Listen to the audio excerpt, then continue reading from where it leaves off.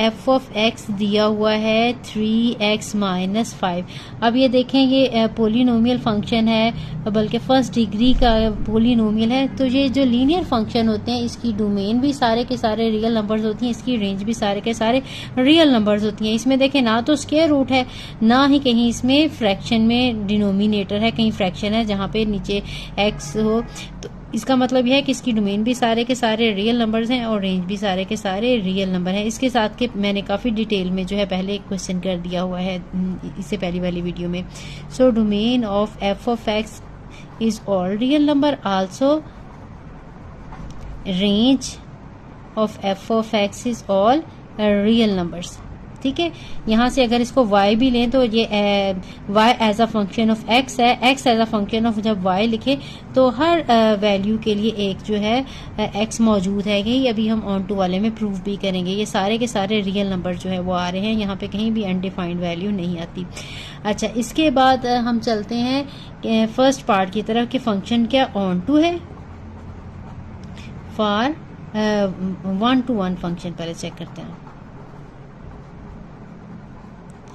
1 to 1 function के लिए हम क्या करते हैं, fx1 को fx2 के इक्वल लेते हैं। अगर x1 और x2 भी इक्वल आ जाएं तो फिर हम कहते हैं कि ये फंक्शन जो है बाइजेक्टिव है।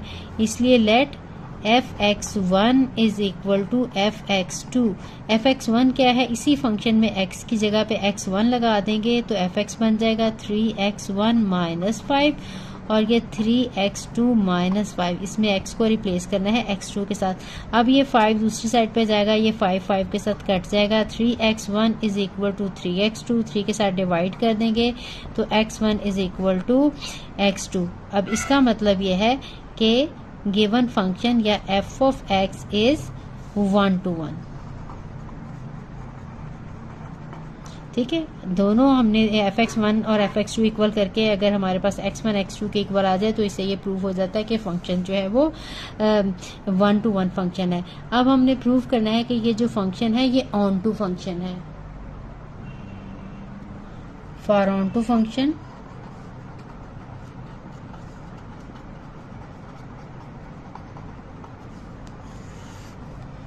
Late y is equal to 3x minus 5। F of X को हम y कह देते हैं।